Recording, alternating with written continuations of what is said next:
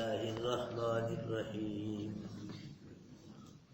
فرح المخلفون بمقعدهم خلاف رسول الله وكرهوا أن يجاهدوا بأموالهم وأنفسهم في سبيل الله وقالوا لا تنفروا في الحر قل نار جهنم أشد حرا لو كانوا يفقهون فليذهبوا قليلا وليبقوا كثيرا جزاء بما كانوا يكسبون فإن رجعك الله إلى طائفة منهم فاستأذنوك للخروج فقل لن تخرجوا معي أبدا ولن تقاتلوا معي عدوا إنكم رضيتم بالقعود أول مرة فاقعدوا مع الخالفين ولا تصلي على أحد منهم مات أبدا ولا تقم على قبره إنهم كفروا بالله ورسوله وماتوا وهم فاسقون صدق الله العظيم.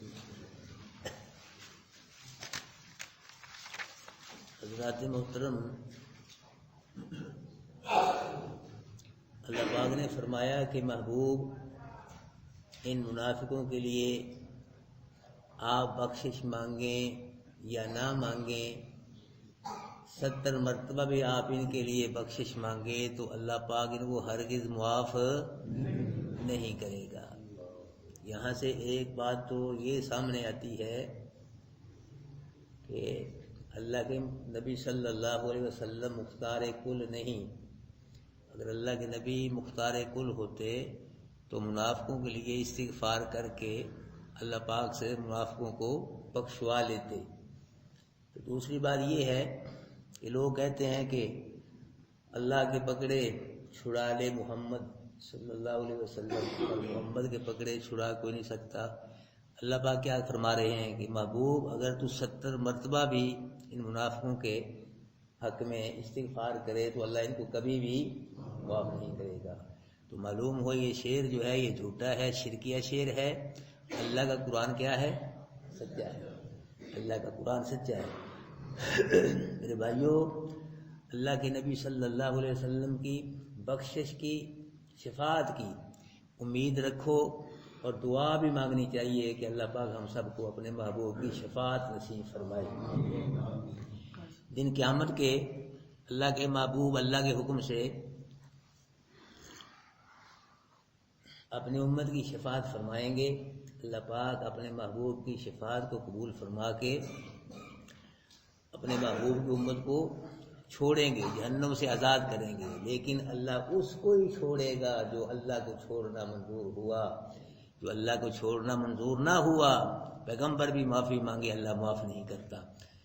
اللہ پاک نے قرآن میں فرمایا افمن حق علیہ کلمۃ العذاب افانت تنقذ من فی النار. کہ محبوب جس پہ عذاب کا کلمہ ثابت ہو گیا، جس کے متعلق اللہ کے دربار سے فیصلہ ہو گیا کہ آگ میں جائے گا، افانت تنقذ من فی النار، آپ اس کو آگ سے بچا نہیں سکتے. میرے بھائیو، اللہ ہی آگ سے بچائے تو بچے گا، ورنہ ساری دنیا بھی مل کے اللہ کے عذاب سے بچانا چاہے تو اللہ کے عذاب سے کوئی کسی کو نہیں بچا سکے گا. اب اللہ پاک فرما رہے ہیں کہ فرح المخلفون، کہ وہ مرافق غزوہ تبوک کے موقع پہ جن کو اللہ کے محبوب نے ان کے عذروں کو قبول کر کے ان کو گھروں میں رہنے کی اجازت دے دی تھی کہ جہاد میں نہ جاؤ. اللہ کے نبی نے ان منافقوں کے جھوٹے عذروں کو قبول کر کے ان کو جہاد میں نہ جانے کی اجازت دے دی تھی. اب وہ منافق گھروں میں بیٹھ کے نہ بڑے خوش ہوئے کہ ایک تو ہم سخت گرمی سے بچ گئے، ایک لمبا سفر ہے اس سے بچ گئے، ایک مقابلہ بڑا سخت ہے مسلمانوں کے ساتھ کچلے جانے سے بچ گئے. یہ بڑے خوش ہوئے. تو اللہ پاک نے فرمایا فرح المخلفون، کہ خوش ہوئے جن کو پیچھے چھوڑ دیا گیا.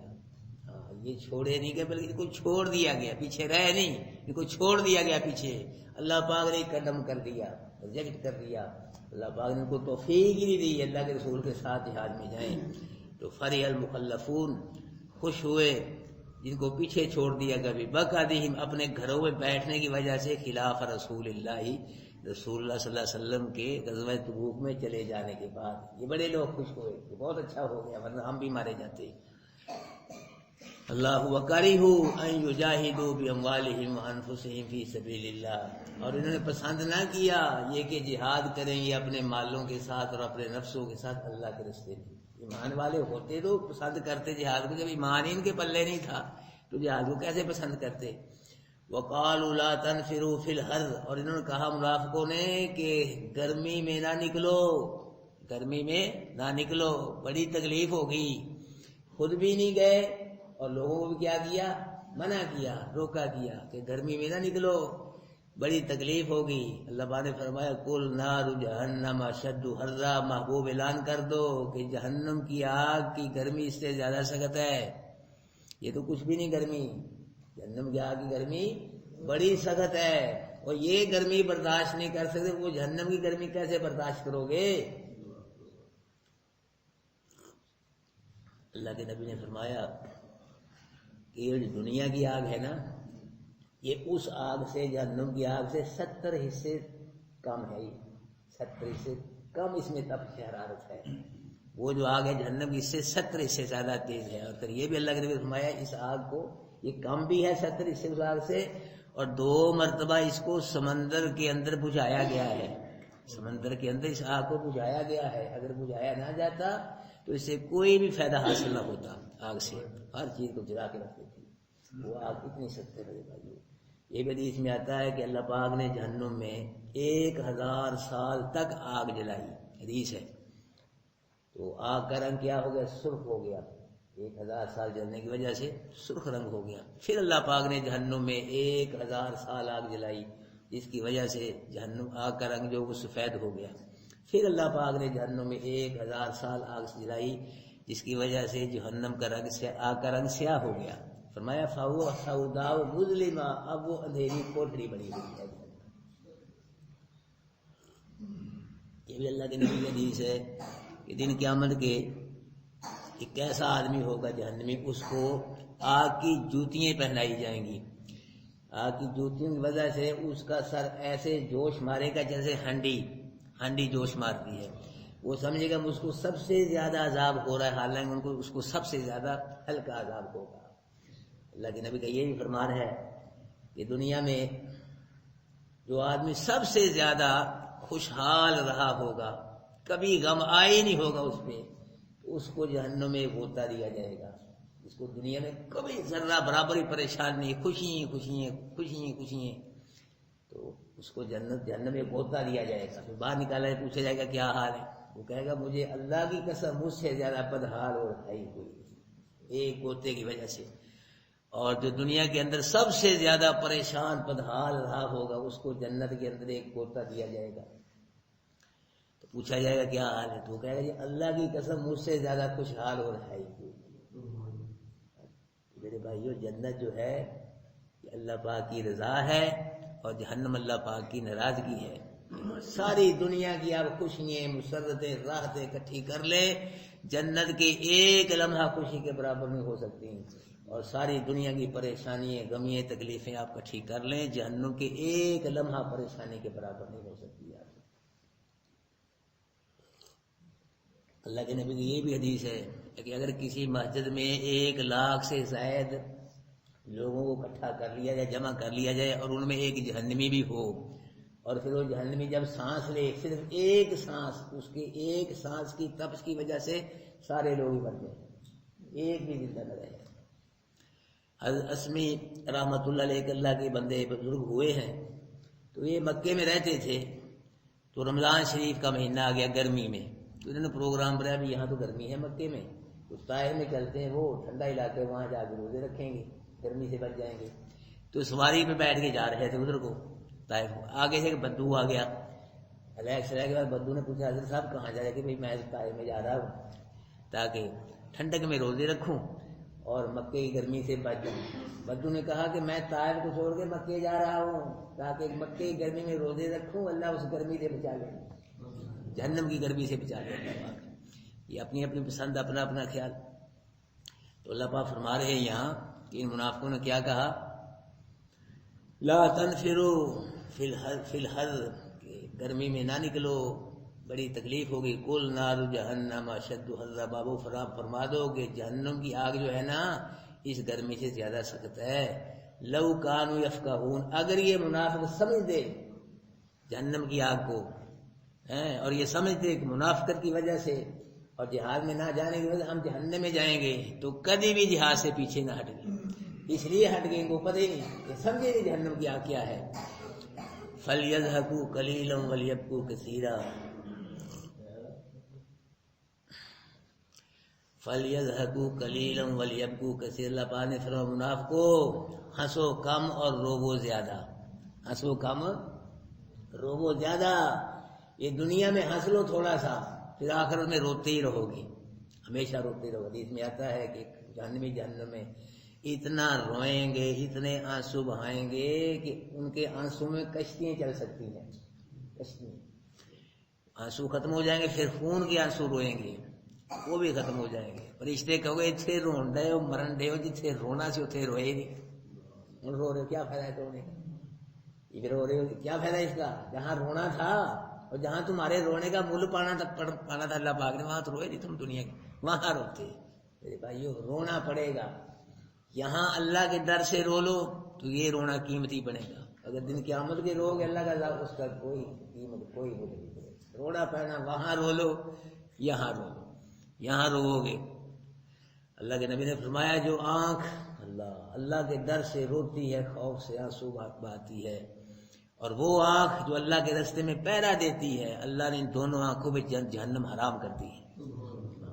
دونوں آنکھوں پہ جہنم حرام ہے، اللہ کے ڈر سے روتی ہے وہ آنکھ جو اللہ کے راستے میں پہرا دیتی ہے، دونوں آنکھوں پہ جہنم کی آگ حرام ہے۔ جب آنکھیں بچ گئیں تو آنکھوں کی برکت سے انشاءاللہ پورے وجود کو جہنم سے بچائے گا۔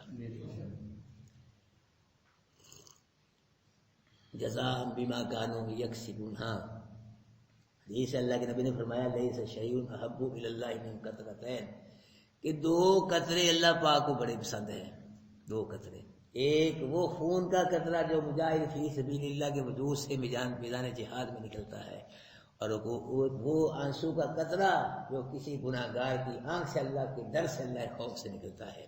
یہ دو قطرے اللہ کو بہت پسند ہے۔ فرمایا جزاء بما كانوا يكسبون، یہ سزا ہے اس کی جو یہ کماتے تھے، یہ کفر شرک کرتے تھے نا، اور گھروں میں بیٹھ کے اسلام پہ تان تشنیع کر کے خوش ہوتے تھے، یہ منافقوں کو اس لیے یہ سزا دی جائے گی۔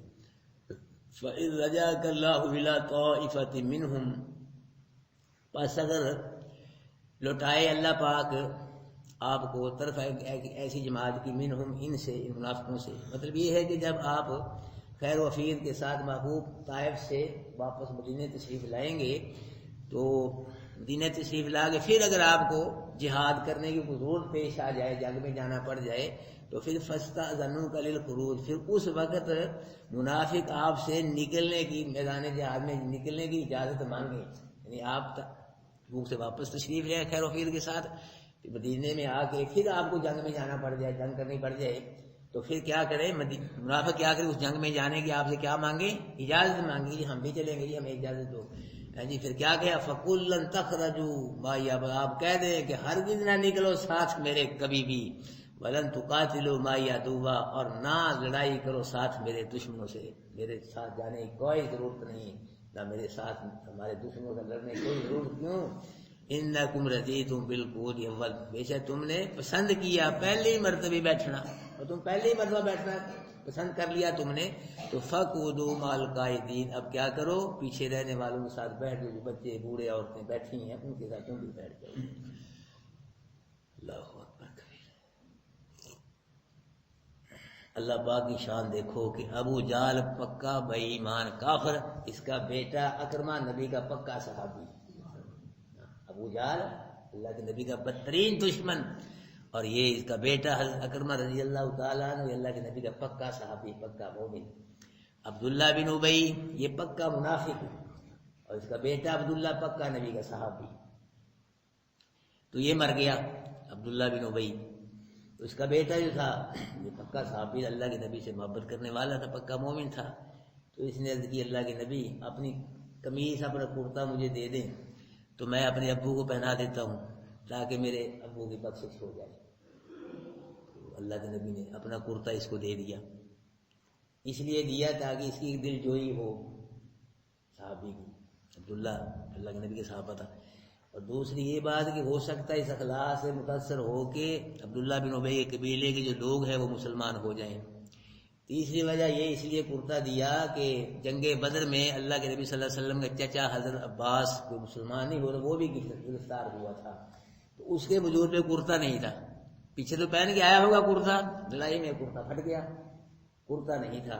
اللہ کے نبی نے فرمایا میرے چچا کو کرتا پہنا ہو، تو کسی کا کرتا بھی اس کو پورا نہ آیا. ان کو دراز کا تھا، لبے دراز کے تھے حضرت عباس رضی اللہ تعالیٰ عنہ، تو عبداللہ بن ابی کا کرتا پورا آیا. تو اسی سے کرتا لے کے اللہ کے نبی کے چچے کو پہنا دیا. تو اللہ پاک اللہ کے نبی نے اس احسان کا بدلہ اتارتے ہوئے اپنا کرتا عبداللہ بن ابی کو دے دیا. کرتا پہنا. اس کے بیٹے نے عرض کی کہ اللہ کے نبی میرے ابے کی نماز جنازہ ہی پڑھائیں. اللہ کے نبی اس منافق کی نماز جنازہ پڑھانے کے لیے کھڑے ہوئے. تو میں نے عرض کی اللہ کے نبی آپ کو تو منافقوں نے استغفار کرنے سے منع کیا کہ آپ نماز جنازہ پڑھا رہے ہیں. تو اللہ کے نبی رحیم تھے، شفیق تھے. فرمایا اللہ کے نبی نے مجھ کو 70 مرتبہ کہا ہے نا، میں 70 مرتبہ زیادہ مانگ لوں گا دعا، ہو سکتا ہے اس کی بخشش ہو جائے. اللہ نماز جنازہ پڑھائی. اللہ کے نبی نے اس منافق کی صحابہ کرام نے پڑھی. تھوڑی دیر کے بعد یہ آیت نازل ہو گئی. کون سی آیت؟ وَلَا تُصَلِّ عَلَىٰ أَحَدٍ مِّنْهُمْ مَاتَ أَبَدًا، نہ نماز جنازہ پڑھیں اوپر کسی ایک کے ان منافقوں سے جو مر جائے کبھی بھی. دوسری بات وَلَا تَقُمْ عَلَىٰ قَبْرِي، نہ کھڑے ہوں اس کی قبر پہ. دعا کے لیے کسی منافق کی قبر پہ بھی کھڑا نہیں ہونا. کیوں؟ وَمَاتُوا وَهُمْ فَاسِقُونَ انہم کفروا باللہ ورسولہ، ان منافقوں نے اللہ اللہ رسول کا کفر کیا ہے اور یہ نافرمانی کی حالت میں مرے ہیں. جو اللہ اللہ کے ساتھ رسول کا کفر کرتا مر جائے، اللہ اللہ کے ساتھ نافرمانی کرتا مر جائے، محبوب ان کی قبروں پہ اللہ کا قہر برستا ہے، عذاب آتا ہے. تو جہاں عذاب آئے کسی مومن کو اجازت نہیں کہ عذاب والی جگہ کھڑا ہو. تو میرے بھائیو یہاں اللہ پاک نے پابندی لگائی، روکا اللہ اپنے محبوب کو کہ آئندہ کسی منافق کی نماز جنازہ بھی نہیں پڑھنی اور کسی منافق کی قبر پہ بھی دعا کے لیے کھڑا نہیں ہونا. یہ قرآن کی آیت ہے. اور اس آیت کے نزول کے بعد اللہ کے نبی نے کسی منافق کی نماز جنازہ نہیں پڑھائی.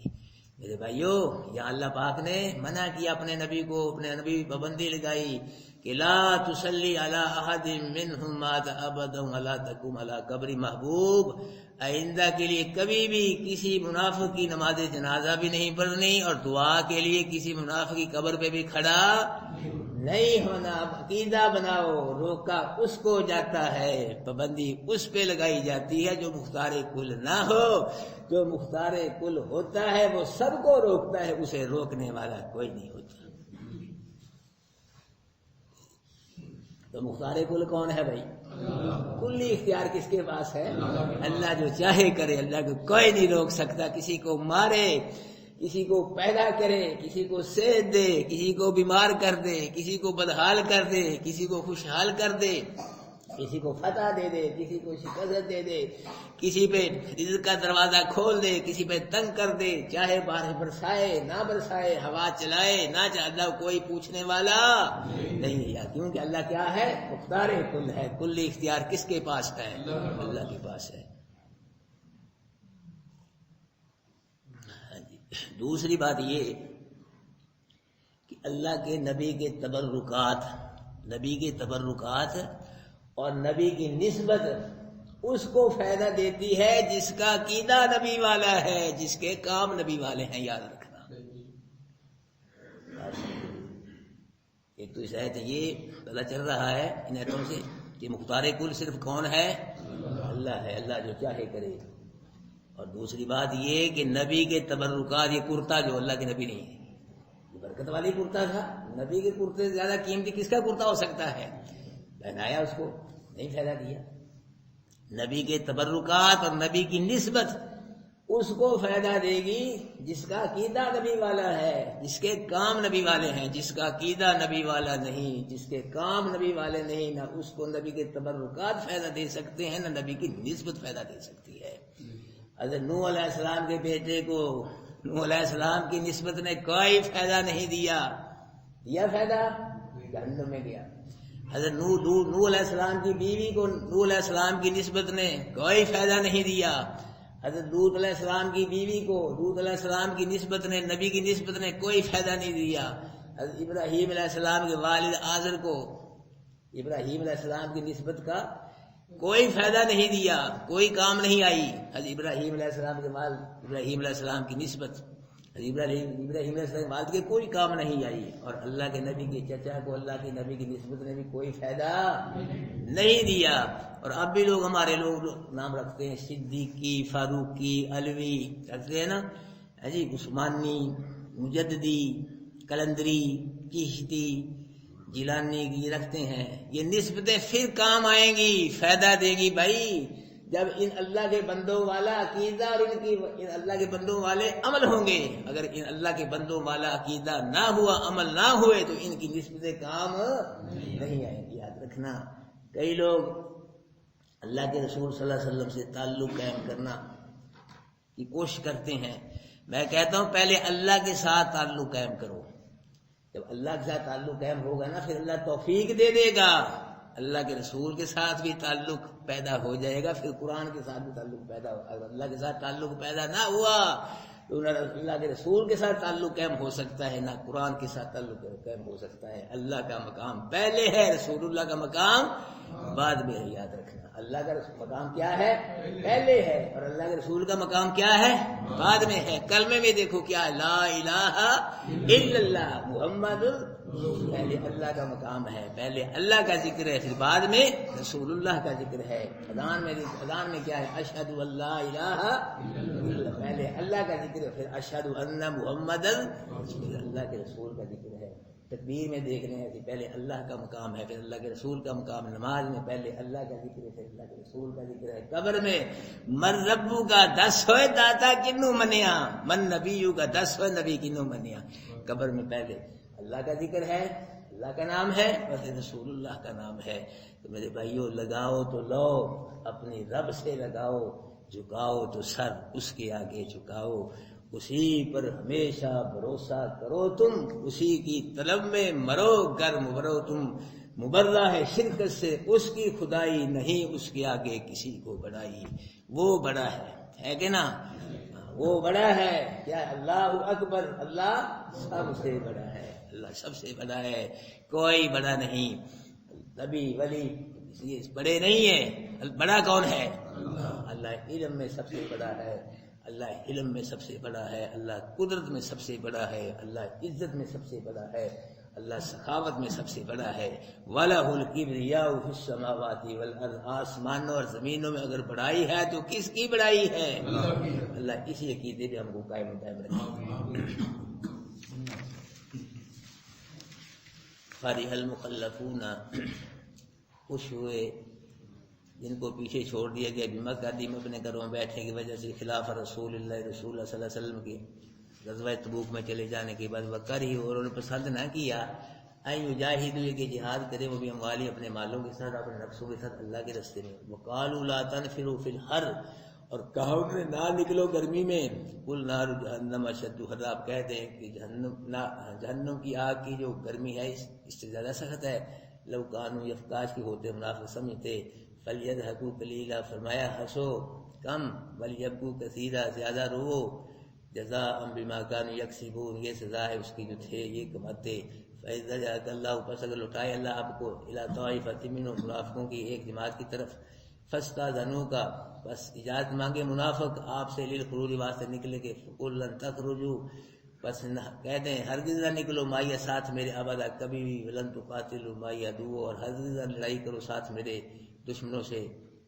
انکم رضیتم بالقعود، بے شک تم راضی ہو گئے پہلی مرتبہ بیٹھنے کے ساتھ، اول مرہ، فقعدوا مع الخالفین، پس بیٹھ جب اب ساتھ بیٹھنے والوں کے، ولا تصلی علی احد منهم مات ابدا، اور نہ نماز پڑھے اوپر کسی ایک کے ان منافقوں سے جو مر جائے ابدا کبھی بھی، ولا تقم علی قبری، اور نہ کھڑے ہوں اس کی قبر پہ کبھی بھی، انہم کفروا باللہ، بے شک انہوں نے کفر کیا ہے ساتھ اللہ کے اس کے رسول کے، وہ ماتوا وہم فاسقون، اور مرے ہیں اس حال میں کہ نافرمان ہیں۔ جزاکم اللہ۔ بھائی بیٹھے ذرا، ہمارے میاں صاحب ہیں، وہ پتہ لگا ہے وہ کافی بیمار ہیں، بے ہوش ہوئے ہیں، تو ان کے حق میں دعا کریں اللہ پاک انہیں صحت عطا فرمائے۔ اللہم السلام السلام بارک ربنا و تعالی یا ذا الجلال والاکرام اللہم صلی وسلم دائما ابدا علی حبیبک خیر الخلق کلہم۔ اللہ پاک میاں محمد نبی نعیم کو سے شفا نصیب فرما، اللہ پاک ان کو ایسے شفا نصیب فرما کہ بیماری کا وجود باقی نہ رہے، اللہ پاک انہیں صحت سے شفا سے مالا مال کر دے۔ اللہ یہ قرآن کے اسٹوڈنٹ ہے، اللہ پاک یہ قرآن کے اسٹوڈنٹ ہے، بلکہ جتنے بھی قرآن کے اسٹوڈنٹ ہیں اللہ پاک ان کی سب کی روحانی جسمانی بیماریاں دور کر دے۔ اللہ پاک ان سب اسٹوڈنٹوں کو اللہ وافر مقدار میں رزق حلال نصیب فرما۔ اللہ جو قرآن تیرا سمجھتے ہیں ہر روز، اللہ ان کے گھروں سے پریشانیاں دور کر دے، بیماریاں دور کر دے، تکلیفیں دور کر دے۔ اللہ ان کو خوشحالیاں عطا فرما، بدحالیوں سے محفوظ فرما۔ اللہ ان حضرات نے خوش ہو کے تیرے قرآن کو قبول کر لیا، اللہ تو ان کو قبول کر لے۔ اللہ ان کی دنیا بھی بہتر کر دے، آخرت بھی بہتر کر دے۔ اللہ ہم سب کو خاتمہ ایمان پہ فرما۔ صلی اللہ تعالی علی خیر خلقہ محمد وعلی آلہ وصحبہ اجمعین۔ جزاکم اللہ بھائی۔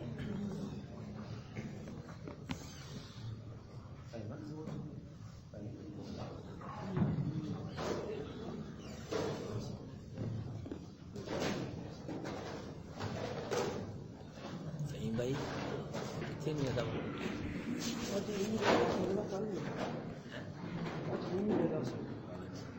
کھانا آ گیا؟